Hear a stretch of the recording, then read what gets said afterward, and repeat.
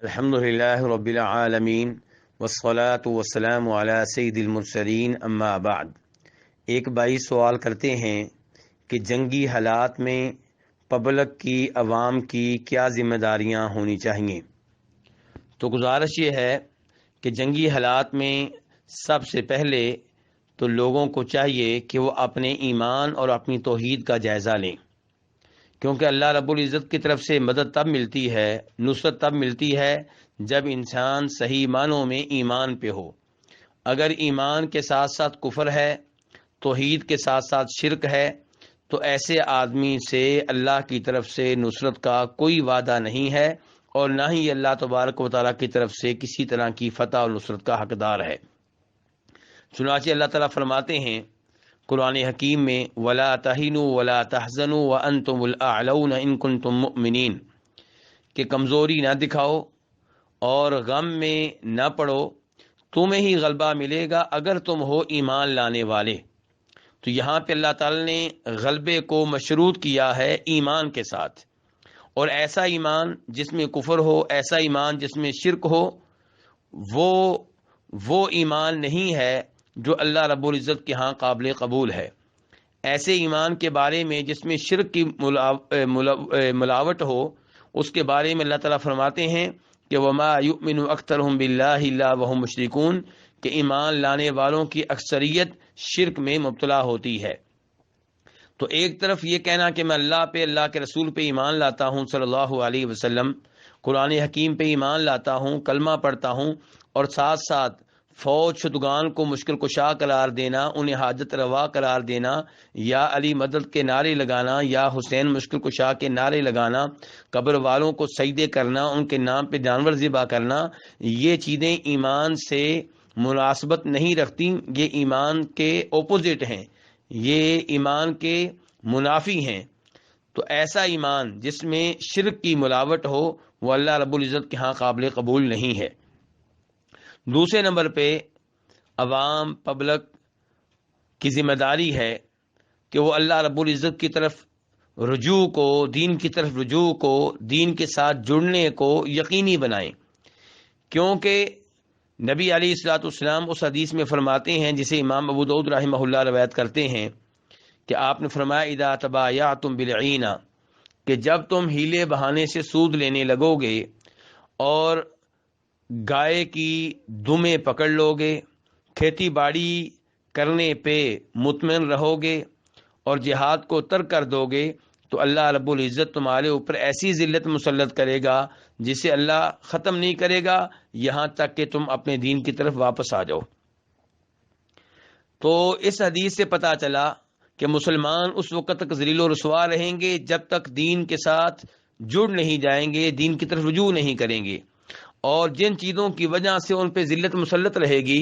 ان میں سے ایک سود لینا ہے، دوسرے نمبر پہ گائے وغیرہ، جانور وغیرہ رکھ لینا اور کھیتی باڑی کرنا، اور اسی کو اپنا آخری ہدف بنا لینا، دین کی فکر نہ کرنا، توحید کی فکر نہ کرنا اور جہاد ترک کر دینا۔ یہ وہ چیزیں ہیں جن کی وجہ سے مسلمان ذلیل و رسوا ہوتے ہیں۔ یاد رہے جہاد سے مراد وہ جہاد ہے جو مسلمان حکمرانوں کی قیادت میں کیا جائے، اور جس میں ایسے لوگوں کو قتل نہ کیا جائے جو بے گناہ ہوں، معصوم ہوں، مثال کے طور پہ عورتیں، بچے، بوڑھے۔ تو جہاد سے مراد شرعی جہاد ہے۔ تیسرے نمبر پہ پبلک کی یہ ذمہ داری ہے جنگی حالات میں کہ وہ صبر سے کام لیں اور ثابت قدمی کا مظاہرہ کریں۔ ظاہر ہے جب جنگی حالات ہوں گے تو کئی طرح کے مصائب کا سامنا کرنا پڑے گا، تو مسلمان کو چاہیے کہ ان حالات میں صبر کا مظاہرہ کرے اور استقامت دکھائے۔ اور اللہ رب العزت فرماتے ہیں یا ایھا الذین آمنوا استعینوا بالصبر والصلاۃ، کہ جب بھی مصیبتیں آئیں، پریشانیاں آئیں تو کس سے مدد لو؟ صبر سے اور نماز سے۔ چوتھے نمبر پہ پبلک کی اور عوام کی ذمہ داری یہ ہے جنگی حالات میں کہ وہ اللہ کا ذکر کریں، اللہ سے دعائیں کریں، اللہ سے مدد مانگیں۔ قرآن کی تلاوت اللہ کا ذکر ہے، نماز پڑھنا اللہ کا ذکر ہے، سبحان اللہ کہنا، الحمدللہ کہنا، اللہ اکبر کہنا، یہ سب اذکار ہیں۔ حسبنا اللہ و نعم الوکیل کا وظیفہ کیا جائے، جو نبی علیہ الصلوۃ والسلام نے جنگی حالات میں کیا تھا، جو ابراہیم علیہ السلام نے کیا تھا۔ جس کا معنی یہ ہے کہ ہمارے لیے اللہ ہی کافی ہے اور وہی ہمارا کارساز ہے۔ اور ایسے ہی لا الہ الا انت سبحانک انی کنت من الظالمین،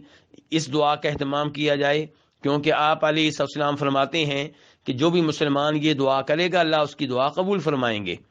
اور یہ یونس علیہ السلام کی دعا ہے جو انہوں نے مچھلی کے پیٹ میں کی تھی، تو اللہ نے اس دعا کی وجہ سے انہیں ان کی آزمائش سے نجات دی تھی۔ ایسے ہی دیگر دعائیں پڑھی جائیں، اللہم انا نجعلک فی نحورہم ونعوذ بک من شرورہم، اے اللہ ہم تجھے اپنے دشمن کے سامنے کرتے ہیں اور ان کے شر سے ہم تیری پناہ میں آتے ہیں۔ قنوت نازلہ کا اہتمام کیا جائے، یعنی کہ جب بھی فرض نماز قائم ہو تو اس کی آخری رکعت میں رکوع کے بعد اجتماعی طور پہ دعا کی جائے، امام صاحب دعا کرائیں اور دیگر لوگ جو ہیں آمین کہیں۔ یہ نبی علیہ السلام کی سنت ہے، آپ کا طریقہ ہے۔ اس کے ساتھ ساتھ 5ویں نمبر پہ پبلک اور عوام کی ذمہ داری یہ ہے کہ جنگی حالات میں افواہیں پھیلانے سے گریز کریں۔ کوئی بھی ایسی خبر جو تصدیق شدہ نہ ہو اسے پھیلانے سے گریز کریں، جبکہ اس سے نقصان پہنچنے کا خطرہ ہو اور عوام اور فوج کے مورال کے ڈاؤن ہونے کا خطرہ ہو، اور ایسی خبریں اور ایسی باتیں اعلی حکام تک پہنچائی جائیں اور اس معاملے میں ان سے رابطہ کیا جائے۔ اور اس کے ساتھ ساتھ پبلک کو یہ ذہن میں بات رکھنی چاہیے کہ ان کے مسلمان حکمران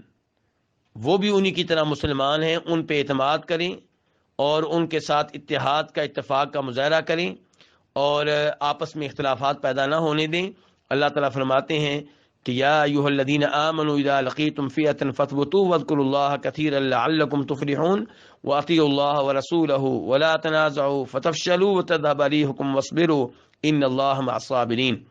اے ایمان والو، جب بھی دشمن سے سامنا ہو تو استقامت کا مظاہرہ کرو، ثابت قدمی کا مظاہرہ کرو، اللہ کا بہت زیادہ ذکر کرتے رہو تاکہ تم کامیاب ہو جاؤ، اللہ کی اطاعت کرو، اللہ کے رسول کی اطاعت کرو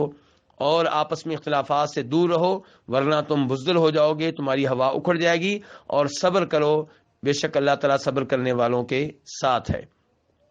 اللہ رب العزت سے دعا ہے کہ وہ مسلمانوں کو ہر جگہ فتح دے اور مسلمانوں کو ذلت و رسوائی سے محفوظ فرمائے، اور مسلمان مظلوم جہاں پہ بھی ہیں، جس ملک میں بھی ہیں، اللہ ان کی مدد فرمائے اور انہیں کافروں کے ظلم سے نجات دے۔